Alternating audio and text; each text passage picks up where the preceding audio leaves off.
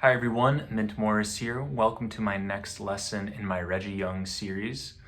In this series, we are taking a look at 3 iconic Reggie Young solos. In this lesson, we're finishing up our look at the solo Lucille and some application that we can take into our own playing. In the previous lessons, we've looked at his solo on the Fireman, and coming up, we'll take a look at his solo on I Think I'll Just Stay Here and Drink. If you're interested in viewing these lessons and the remaining lessons that are upcoming, as well as getting the transcription of these solos that's written out in tab and standard notation with the correct fingerings, as well as the chords that accompany them, and that is in PDF format, you can check out the links in the description below. So today what we're going to focus on is combining some of these Reggie Young bends with our pentatonics in the style of his solo on Lucille. So in the last lesson, we kind of looked at a quick kind of estimate of how he moves around the fretboard using these pentatonics that move vertically across the neck, moving through different shapes. Now to kind of just rehash that in one key for a moment, we're going to be working in E. So if we look at our 3 main kind of E chord shapes on the neck, so we have our E chord here in our E chord shape. We have our E chord here in a C chord shape. And we have an E chord here in an A chord shape. And then if we kind of branch off this, it's pretty impractical to play, but we have an E chord and a G chord shape. That's tough, right? But I kind of see it as just an extension of that A chord shape with the octave on top, if that might be helpful to look at it like that. And all of those shapes are referring back to kind of the caged system, or really just the kind of the basic open chords that you learn right when you first start playing guitar. So to kind of show how the pentatonics in E connect all of those, what we can do is start with our open E chord here. We have E, F sharp, G sharp, B, C sharp. And the degrees of the scale, that's going to be 1, 2, 3, 5, 6. And then we have 1, 2, 3, 5, 6. And we can kind of see how this is coming from here into here.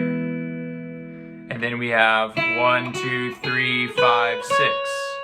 So you can see how this is coming from here into here. And then we have the octave right here, which would connect us into this G chord shape. So that's kind of the basic outline of what we're doing, right? We have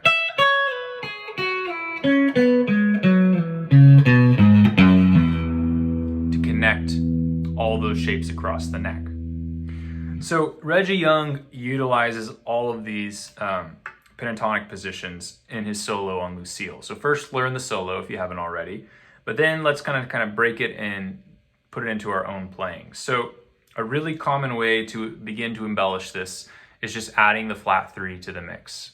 So we have open, 2nd fret, 3rd fret, 4th fret. Or in scale degrees, that's 1, 2, flat 3rd, major 3rd. Just keep ticking up.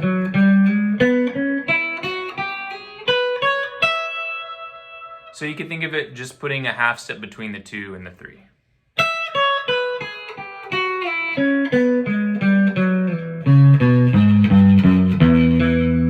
Now, to kind of pinpoint of a more country sound and how that's utilized in certain phrases and turns, check out my country pentatonics lesson series. I'll put that in the link as well, because I really get into how they approach the flat 3rd into the major 3rd and vice versa, and kind of how that's utilized in players like Reggie Young, James Burton, Albert Lee, Danny Gatton, Roy Nichols, that kind of thing. So I won't go into that too much now. But that's the idea. So if we just kind of fill out the sound, just play through this freely, don't think about the time too much, but just get the sound in your ears.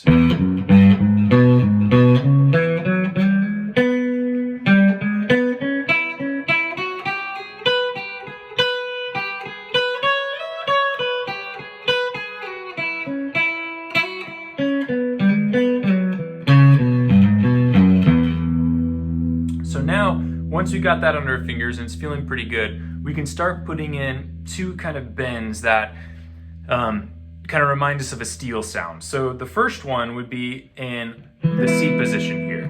to kind of zoom in on it a little more, if you're a blues player, come from a blues background, it's your B.B. King kind of major blues box, right? We have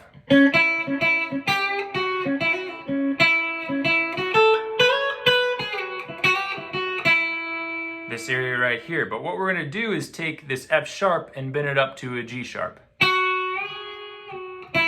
That's going to be the main bend. And then from there, what we're going to do is grab the 5th and the 4th with our pinky and our first finger to get some of these kind of steel-esque bends. So I might, right, keep 2 fingers behind the finger that's bending for support and then grab it with the pinky. Now see if you can get the pinky back on the B and then the first finger on the A. That's when you really get that steel sound, or you can do it the opposite. So in that solo, he likes playing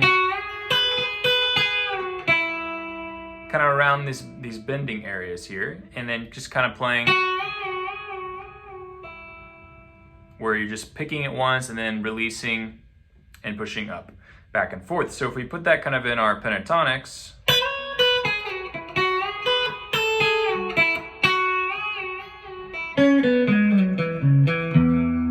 you get this nice kind of sound.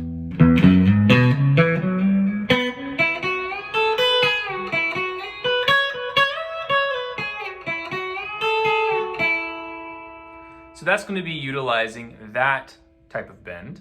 Now we can move up here to this next position, right? Or the E chord here, where we're going to bend the 5th up to a 6th. And then I'm going to pick the E underneath it with my pinky, and then I can also play the flat 7. And then release it, and then come back down to my pentatonics. So I've got this.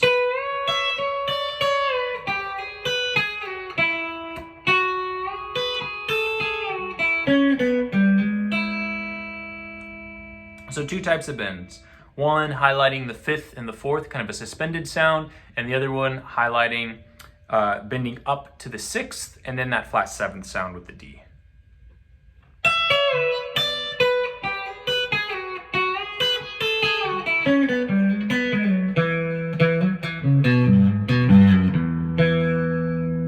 So you can have these long descending and ascending lines, combining all of this.